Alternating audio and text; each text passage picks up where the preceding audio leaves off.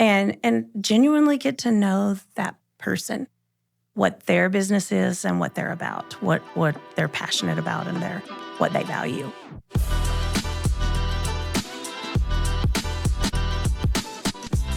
All right, welcome to another episode of Connections That Matter, where today we have a featured guest that was previously mentioned on a podcast episode.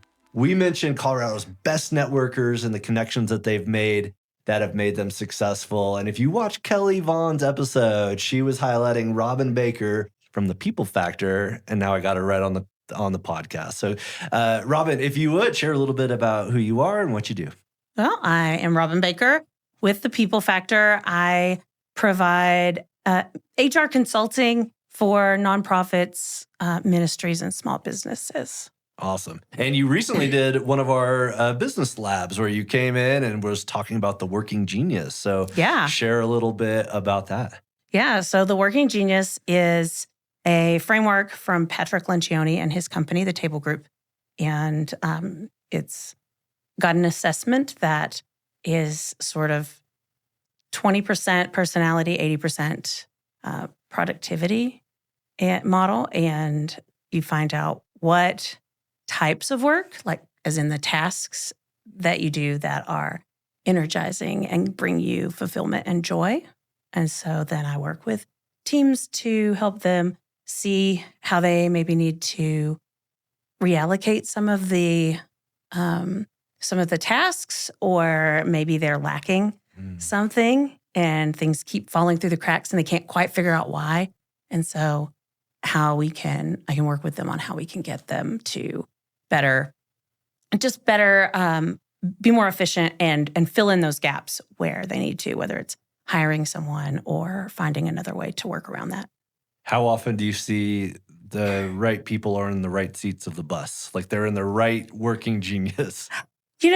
Sometimes a lot of times they seem to be in the right spot, or at least mostly in the right spot. And what I find more is teams that have a gap of some sort. I have a group that I worked with that had 4 people on the team, and they were missing one of the geniuses completely, which is called galvanizing, which is that person that rallies the troops, gets them on board, and also ensures that everything is being taken care of, finding the people, hey, you're good at this. I need you to get this done. We need to get this done, kind of thing. And they were missing that piece, and 3 of them had it in their working frustration, meaning that it drains their energy and makes them pretty miserable to do. And 1 had it in their competency, meaning you don't love it, you don't hate it, but you don't want to spend a lot of time doing that. And luckily that was the leader. And so, of course, the leader of an organization is going to have to do that at times. However, it is going to drain them. And so we had to work through how they can manage that, whether it's the next time they hire, finding someone with the right genius, or trying to find other ways to get around that. Yeah. I'm just, the entrepreneurial struggle where a lot of people grind, and then all of a sudden they have a moment where they make it or they have a big break. But I would imagine there's a lot of people in the grind, and they might be like one person away from the team that would do it. So how would an entrepreneur recognize that it's a people problem or a people opportunity, maybe is a way to put that, where they might be right close to their breakthrough with the right person? That's a great question. A lot of times leaders don't always realize that it is maybe a people problem, whether it's you have maybe the right people just doing the wrong things, or maybe you have that gap. And so it is hard for them to necessarily recognize that. Some people are really good at recognizing it, but others think that it has to do with all kinds of other things that they probably have more expertise in, and they're trying to figure that out. And so generally, I would suggest that they come and talk to me or someone that does this kind of assessment and work with them. A lot of times that outside that person outside looking in can see the things that you can't when you're in the weeds every day. And typically they'll notice it if, for example, the last genius is tenacity, that person that needs to mark everything off the list and get it done and make sure it crosses the finish line. And you might find a team that they're like, we start off strong with all of our processes and our programs that we're trying to do. And then we get down to that implementation phase and things start kind of waning, and we can't figure out why it takes us so much longer to get things done or to the finish line, and maybe not hitting those deadlines the way they think they should. And a lot of times it's because they're missing someone that has that genius that is important, because obviously we're in business to get things done, right? Yeah. And so I've seen that with teams where they're kind of missing that piece, or it maybe is a larger team and there's only one person with that. And if you have a larger team, you may need a couple of people that can get in there and say, hey, we got to get this done, and make sure that it gets finished. And so I would say if things are falling through the cracks or not working out quite the way that they plan when it comes to an implementation of something or some sort of project, then it's possible that something is missing, or maybe some of the people are in the wrong areas of tasks. Well, I imagine when they're reaching out to you, it's pretty vulnerable. Or you're like, hey, it's not right, and I've tried some different things, but I'm going to need an outside consultant to come in and look over it. Are you seeing a lot of entrepreneurs that are referring themselves and they're finding your website, or are you getting a lot of referrals? More referrals, really. Yeah, referrals. I think they're just about everything. Sure. When it comes to something like that, because it is their business, it is their lifeline. They're very protective of that, and you don't want to just bring anybody in. Yeah, and I would imagine too, if somebody already has a level of rapport and trust, they can actually have a conversation like, hey, I know this girl, Robin. We might be able to bring her in. But is there any of those referral partners or people that you get referrals from, people that you work with really closely that you want to highlight? And I'm curious how you got those relationships set up. Yeah. Well, as you mentioned, Kelly Vaughn earlier. Kelly is fantastic. We met through another networking group that we both are pretty involved in, NOCO Connect. And we met there and had a one-on-one and really hit it off. And then, of course, I found out that she was a part of NIA as well. And so she has been a really great referral partner. We have a lot of the same kind of target audience, as well as the HR and IT go pretty hand in hand. You need all of that security, and really you can't do a lot of anything without IT, and I don't recommend doing HR without some sort of technology these days. Sure. That on the paper, all manual is not fun for anyone. Sure. Well, so you meet Kelly at a networking event. Obviously, like you said, their businesses there's an opportunity there to collaborate. But how did you hit it off to where you're now working together, shouting each other out on the podcast, and taking that relationship to the next level? Yeah. Then the very first time we met, when we were just going around introducing ourselves, I kind of told what I did and mentioned Working Genius. She had read the book. And she was like, oh, we need to get together. I want to have a one-on-one. And so we scheduled that and went for coffee and just really had a lot in common personally and just hit it off really well. And so, and like I said, our businesses really go well together. And so we just had a lot that we could share and realized that we could collaborate really well. Really cool. And it makes business more fun. It does. Yeah, Kelly's a lot of fun. So, well, let's talk about networking, because there's a lot of people that are involved in networking, and as someone who studies how people work together as teams. I mean, I think there's like a one-off networking event, you're working the room, but for those who are like getting plugged into a group, like a networking group where they're seeing the same entrepreneurs there, any tips that you have for how to get along or how to build rapport, how to build relationships, or how to be collaborative in a networking environment? Sure. I think one way to build rapport is to set up those one-on-ones. You can only chat so much and learn so much about each other in a networking group that's, an hour and a half long and there's 50 people roaming around, right? And and genuinely get to know that person, what their business is and what they're about, what they're passionate about and what they value. Because the networking isn't necessarily about making sales to those people. It's about getting to know each other so that you are a trusted referral for the other person. And so I think that's the best way to build that rapport, is to get in and genuinely want to learn about them and understand them. And then it will just kind of come together. Yeah. Well, I think it's cool to be in a room with like owners and decision makers. If you're around a plumbing business, it's not a plumbing business. There's a human being that is representing, dreaming about it. In your business, the people factor, right? So who people are in their businesses.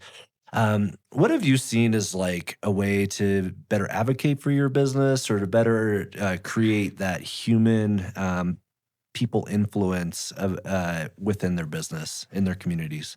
That's a good question. I find, especially with most of the entrepreneurs that I work with, especially when they hear the words HR, they realize that they don't know what they don't know. Yeah.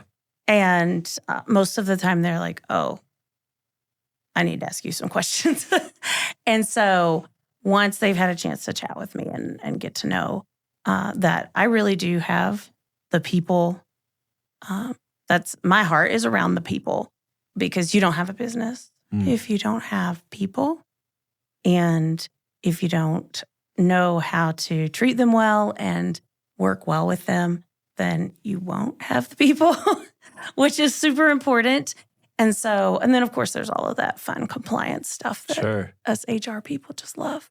When's the right time to hire an HR person? A lot of entrepreneurs, they're a solopreneur. They're the bookkeeper, they're the janitor, they're the IT department. But as they grow and expand, when is a good time to bring someone like you in and make sure they're doing it the right way?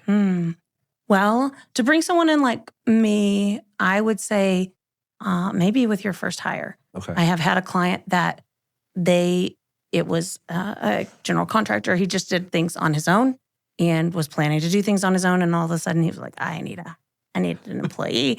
And so his wife handled all of the books and all of that in the background. And she called and she said, what do I do? What do I need? What do I need to get from him? What do I need to have set up? And so I was able to work with her, sit down, go through a checklist of things that they need to have set up and making sure and that they had everything in place before they got their new employee on board, and just gave her some tips and things about, these are the things to watch out for and make sure you keep that. And that may be just a quick one-off time that we work together to get them started, but and making sure that they have everything in place. Generally, I find that they start calling me for other things after that. Yeah. Like, what? Okay, now I've had some kind of performance issue and I need to know what to do from that. Or, oh, we found that this isn't a good fit and we don't know what to do to separate from this employee in a good way. And so a lot of times if they call at the beginning, then they have other questions that come up and they will call back.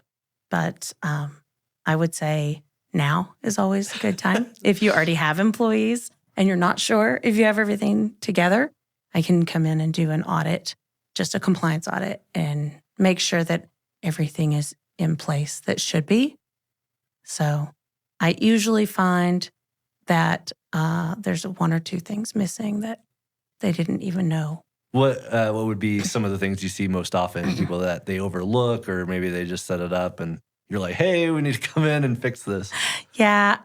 Well, I had someone recently that I was working with that they had a handbook that they kind of did a copy and paste from someone else's, and it wasn't in bad shape, but it was definitely missing some key pieces. A lot of times with even some of the filing, things need to be separated depending on what those items are and have a completely separate file. And so they don't always know that. More recently, there is a Colorado law that requires when you separate from an employee, whether it's their decision or yours, even retirement, you have a form that you have to fill out and provide them with some general information about your business and about their recent pay stubs and things like that on how they can file for unemployment. And so essentially, you could be possibly eligible for unemployment, and here's how you file for it. And so a lot of people missed that between 2020 and probably 2023. There were about, I think, don't quote me on the number, but it was 75 law changes or things, something like that in employment law. It was a huge amount. And so that's a lot for an HR person to keep up with who's doing that all the time. And of course, most of the time I'm dealing with the business owner or an executive director in a nonprofit or a lead pastor at a church. And they have their own full-time job and mission to take care of. And then to try to add that on top can be a struggle. Well, about what you talk about, Robin, it's a lot of optimization. I think a lot of people think of HR as performance improvement plans, hiring and firing, and you never want to see your HR person just randomly get added to a Zoom call or something like that. But when you're talking about making a team perform to their highest potential, you've got to be a champion of business owners, right? And watching them grow and thrive and hit their optimization. But what do you see when they get it right, their team right, everybody's in their working genius? What is kind of the level of jump or growth that they experience when they get it right? Well, I think first off, you see a really great culture with their team. People want to be there. And when people want to be there, then they don't leave. Sure. Even when they have, temptation of maybe higher pay that you can't afford, they will a lot of times stick around. And with that, then they give their best for the employer. And if they're happy and they're thriving and they're working in their genius and get that opportunity every day and they're treated well, then they're going to in turn do that for your customers. And then when they do that for your customers, you just see things grow. Awesome. Well, if somebody is maybe they're about ready to hire their first employee, maybe there's an issue. They're like, oh, I should have brought in Robin earlier. It's I'm thinking of that parable of when was the best time to plant an oak tree? 20 years ago, the second best time is today. When was the best time to bring you in? Probably when they hired their first employee, but the second best time is today. But how can people get a hold of you or check you out if they want to learn more? Yeah, I'm on social media and I have a website. It's kind of strange. It's the people factor. There's just a hyphen between the and people and another hyphen between people and factor. So I also then can contact me via text or phone, 970-541-9265. Awesome. Well, Robin, thanks so much for coming on the show, sharing some wisdom, sharing how you're collaborating. But this was really, really good. And I'll hope somebody come meet us at a next networking event. Yeah. I'm looking forward to it. Thanks for having me on. Awesome. Hey, all, thanks for watching. I love networking and building relationships with other Northern Colorado business leaders. So if you want to come meet some of these podcast guests, meet me, or meet some other amazing entrepreneurs in Northern Colorado, I would love to have you attend one of our next events. Go in the podcast description. There's a ways that you can see our upcoming schedule, and maybe you could be a future podcast guest as well. Thanks.